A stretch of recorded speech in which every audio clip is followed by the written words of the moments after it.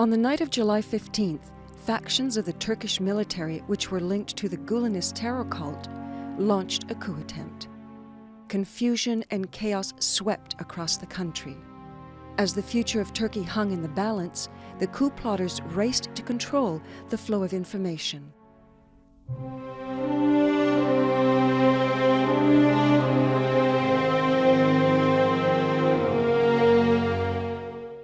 Media has played a crucial role in terms of quashing the coup.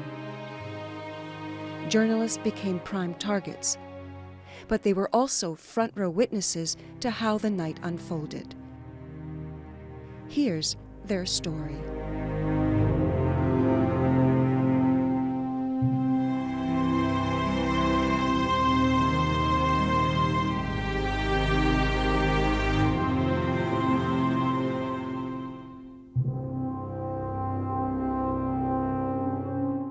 Nadim Şener is an investigative journalist.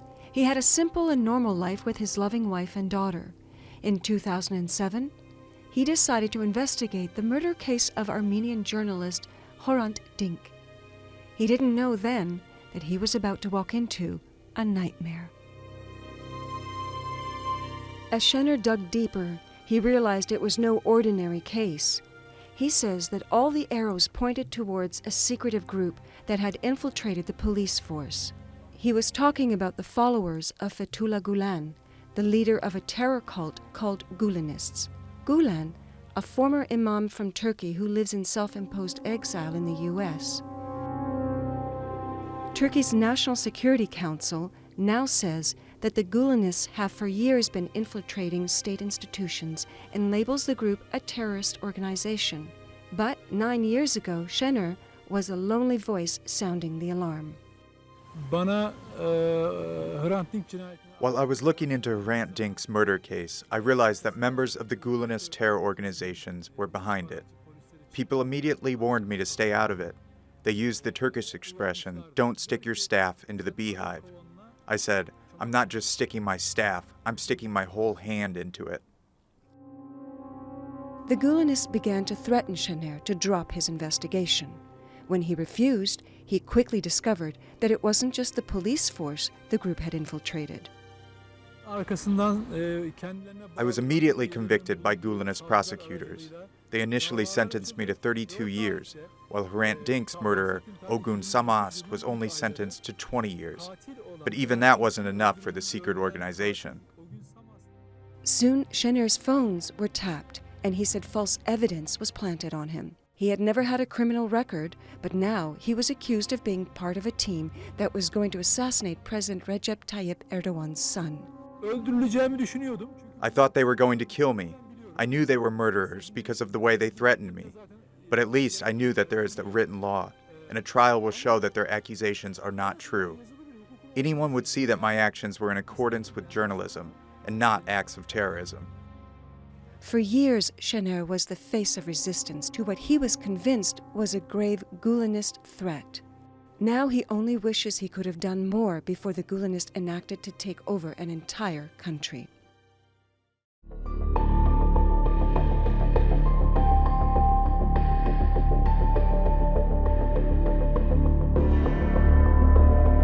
Erdoğan Aktaş, the director of CNN Turk, had just finished another ordinary day at work.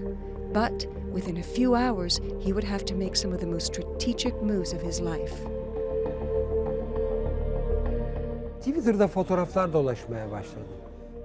I saw some really strange photos being uploaded on Twitter. Rumors were circulating, and then there was news that one soldier clarified that it was solely for security measures. More photos were getting uploaded, and my phone didn't stop ringing.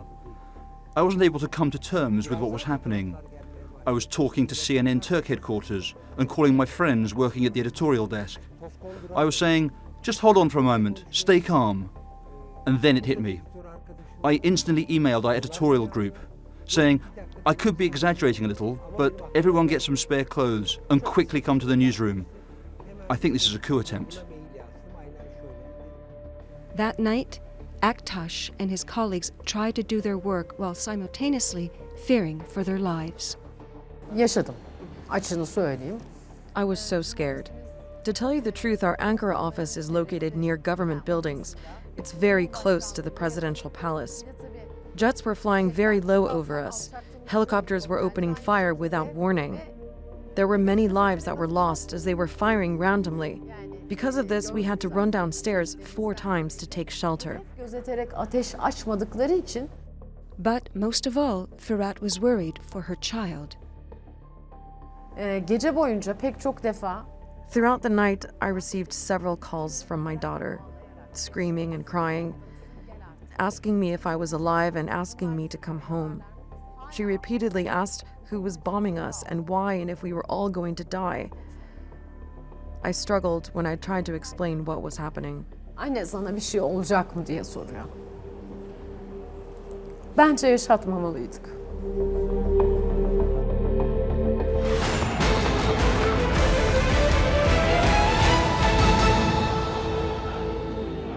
The military started seizing airports in other strategic locations. Like past Turkish coups, Turkish public broadcaster TRT was a prime target. About 100 armed soldiers stormed the TRT building at about midnight. Bildiri okunacağını daha önceki darbeleri görmüş. As someone who has witnessed a coup before, I knew that there was going to be some sort of statement, but TRT is assumed to have a symbolic meaning because previous coup announcements were made from the TRT studios. So before they arrived, we had an idea that they would try this again. And knowing this, we tried to get in touch with Turksat, direct broadcast satellite, to kill the satellite feed. But we couldn't reach anyone there because an hour before soldiers had raided it. We wanted to get back into TRT and disconnect the master server, but there were only a few of us and 6 police officers.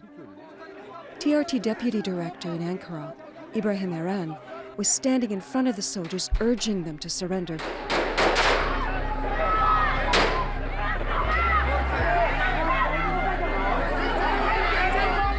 Even though he was a potential target.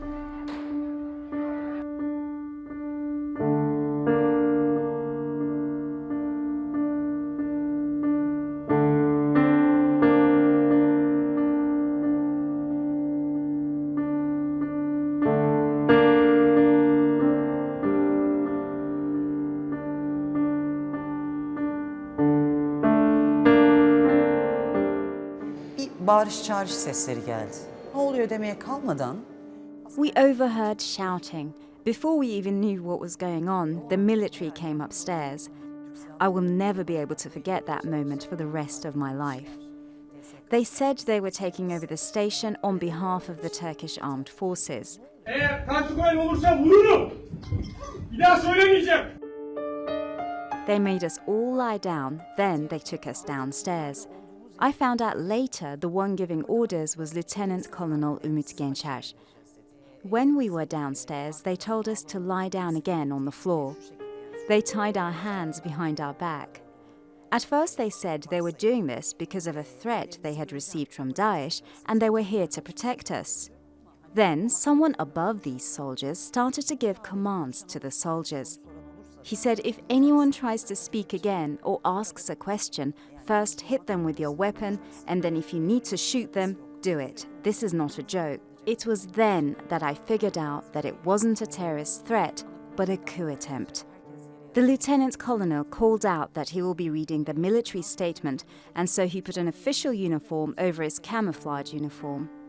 They told me I had to read the military statement, that those were the orders from the commander-in-chief. I said, how can I? I can't do this. They told me I have no choice. My knees and hands were shaking. zangır zangır masaya vurduğunu hissediyordum. I actually had to clamp my hands like this. Tüm yurtta sıkı yönetim ilan edilmiştir. İkinci bir duyuruya kadar sokağa çıkma yasağı uygulanacaktır. Askerler rejiyi bastığında When the soldiers raided the gallery, I couldn't talk to my daughter. I couldn't inform her or talk to anyone in my family. It was terrible.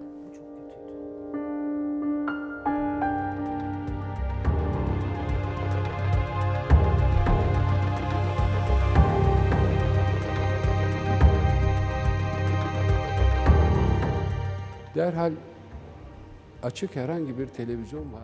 We couldn't prevent the military statement. We looked for other private channels that were still broadcasting. We got in touch with Channel 24, where Ardan Zenturk's program was on. Vatandaşlarımız TRT'den yapılan bu yayına hiçbir şekilde itibar etmesin. Evet. Çünkü bu yayın tamamen korsan yayındır.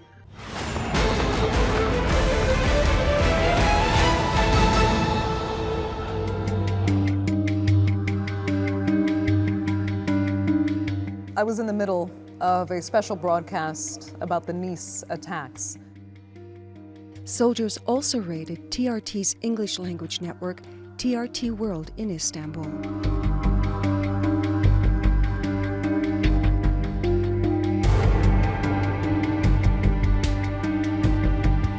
Well, actually, just before we got outside, I heard one of our colleagues say, "Come on, please, the soldiers are outside. We need to go now." We have to evacuate the building as soon as possible.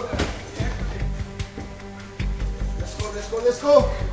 Everyone, as soon as possible. But it was just, he did raise his voice at one point, the only time, and it turned out to be a command to turn in our mobile phones. Of course, when we heard it was a coup underway, we realized they probably wanted our mobile phones because they didn't want us communicating anything, especially via social media. They didn't want us taking pictures. In attempt to limit other forms of communication, soldiers stormed cell phone and internet service providers like Turkcell and Turkish Telecom, but they were unable to cut service. The coup plotters' failure to prevent the flow of information on new media would prove to be their downfall. Journalists use online avenues to notify the public. As soon as I found out about the coup attempt, I decided to head directly to the office, TRT World. But it was taken over by the soldiers. So I decided to film everything that was taking place on the streets through social media. I was using my motorcycle, which helped me bypass the traffic that was stuck because of the barricades the soldiers set up. But another motorcycle wasn't as lucky as I was. I thought it would be a quick and easy way to communicate with my social media followers what was happening. So it was a handy tool to have to be able to explain to people quickly what was happening and to be able to show them with their own eyes what I was seeing.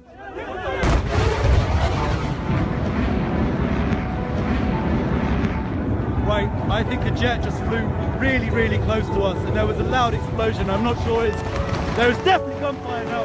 They are firing into, I'm not sure where. When I came in front of TRT, I started to broadcast everything that was going on live from my Facebook. We were trying to get the soldiers to surrender. Every time we tried, they shot at us. Şu an bomba patladı. Ciddi anlamda bir patlama var.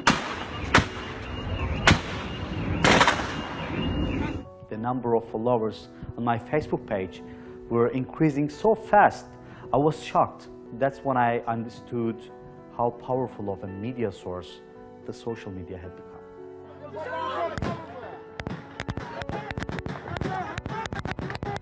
Thanks to these videos, people were able to see that the Gulenist faction of the military were opening fire on civilians. Ferhat was watching the videos of the soldiers shooting civilians on social media, and she was desperately trying to find out if President Recep Tayyip Erdogan was still alive. He had been scheduled to deliver a speech an hour before, yet there was only silence. Yaklaşık bir saat geçti. So I called the president's team asking what was going on. They said that they wanted to connect through the live video streaming app Periscope, but because of technical problems, they couldn't. So I asked them to make a statement live through us. He checked with the president. One very long minute passed before he came back and said, "Okay, we will go live through you." I said, "Let's do FaceTime." And then everything happened so quickly. Bağlantıyı kurduk ama bunlar o kadar hızlı oldu ki. Sayın Cumhurbaşkanı hazırsa biz hazırız. The future of Turkey hung in the balance as one of the most famous FaceTime connections of all time was established.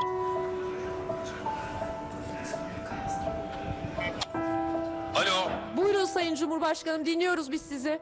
İyi akşamlar. İyi akşamlar efendim, buyurun. İyi akşamlar.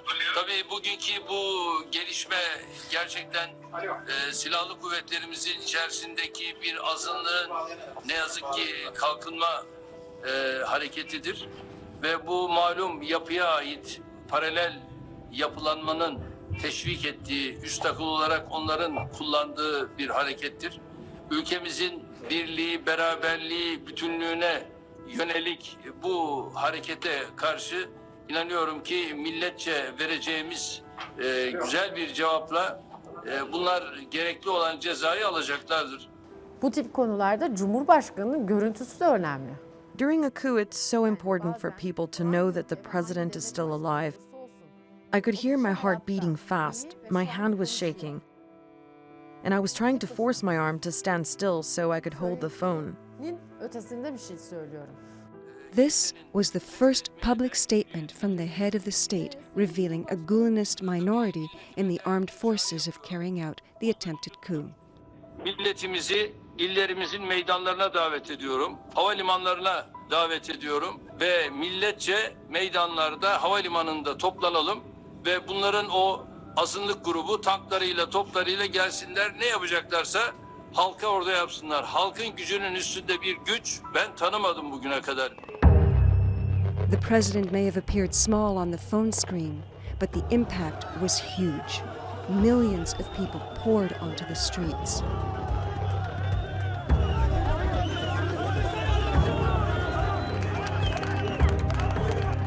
President Erdogan flew to Istanbul after his rallying cry to the nation. Sources later said he left his Marmaris hotel only 15 minutes before it was raided by the soldiers.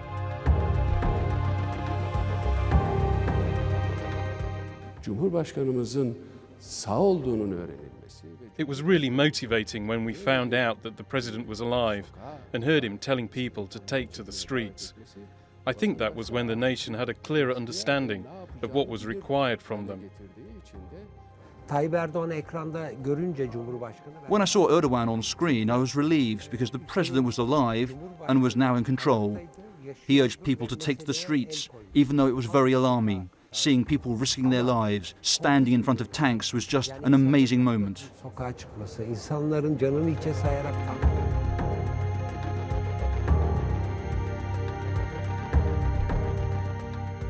Bir de Tayyip Erdoğan siyaseten birileri... Many people can criticize Erdogan. Some people may not vote for him. Regardless of those criticisms, he has a major effect on the Turkish people. This is not the first time. In all moments of crisis, he's managed to turn the tide in his favor. Why? Because the people believe in him.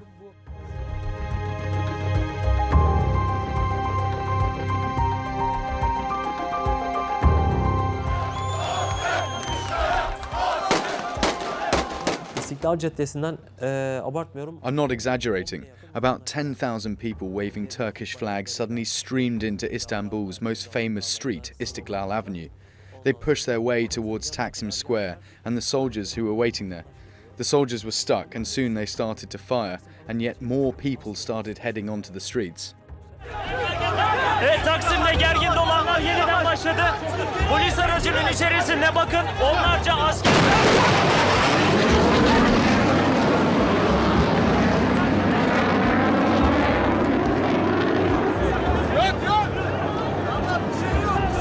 İnanılmaz bir ses var. Kafamda binlerce vatandaş şu anda yerde. Bombalar, silahlar patladı. Bizimleyin devam ediyorlar. Yat Burca, yat Burca, yat. Bakın. Uçaklar hemen üzerimizden geçti şu anda. Uçaklar çok alçaktan uçtu. Kovanlar yanlarımıza düşüyor. Bullets were flying past us. What sounded like gunshots were overheard near Taksim Square and on Istiklal Street. It was so chaotic because we didn't know who was firing at who, but we still managed to do our job and explain what was happening. Yani o şekilde haberi anlatmaya çalıştık. Turkey has experienced 4 coups and military interventions since the founding of the republic in 1923, but this was the first time that soldiers raided a private television channel. After CNN Turk broadcast President Erdogan's call to resist, the soldiers wanted revenge, but journalists at CNN Turk didn't back down.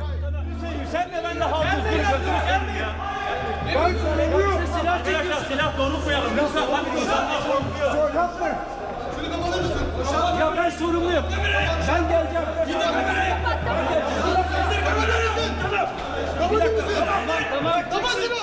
Bulunduğumuz kata They reached our floor. I stood in front of them.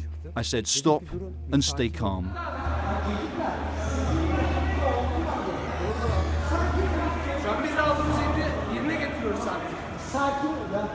sonra biz emir aldık. Bu emri uygulamamız lazım. When they claimed they were only following orders, I interrupted and said that these were unlawful orders and that they have a right to disobey.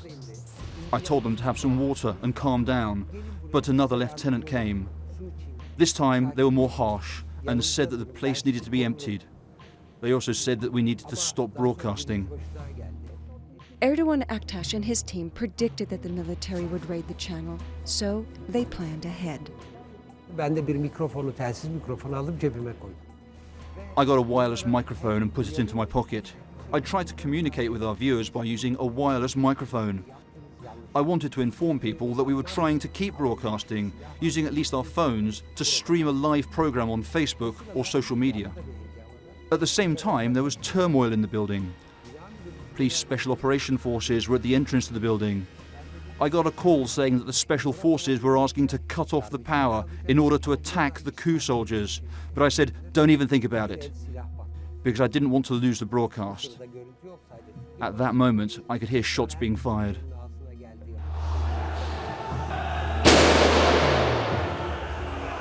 Amid all the chaos, there was one thing that Erdogan Aktaş was sure of. Arkadaş, o yayın devam edecek. That channel is going to continue broadcasting no matter what. Yayın devam edecek. Bir. İki. The world can end or an earthquake can happen. We will not stop broadcasting. That's it. Bu yayını durdurmaya çalışıyorlar. Meanwhile, people in the streets were trying to save those who were captured inside CNN Turk. Among them were fellow journalists. Ama bu darbe girişimi sırasında During the coup attempt, I saw how they sent soldiers to CNN Turk and NTV, and I witnessed how they detained journalists.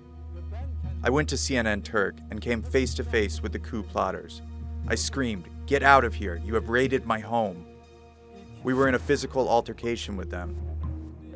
Belki bir saat, belki 2 saat geçti.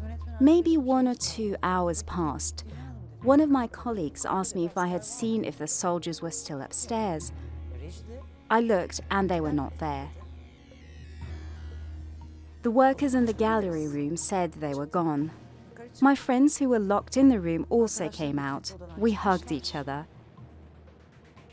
Unaware of what was happening, maybe 2 minutes later, I heard the voices of people in the studio.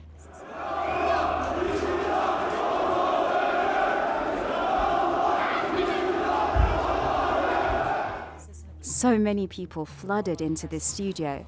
I saw our director and he held me and said, "Miss Tijan, calm down. Don't get scared." Many journalists noted the young age and confusion on the faces of the coup soldiers. It later became clear that many had no idea they were participating in a coup attempt. They had been provided with false information about anti-terrorism operations from superior officers and were only following orders. The young soldiers were overwhelmed when millions of people poured into the streets, and the coup attempt stood no chance. Bu darbe kalkışmasına karşı Turkey's reaction against the coup showed the world that there is still a unified nation, that we are still family, and that when we are motivated, there's nothing we can't do. çok önemli bir motivasyonu var.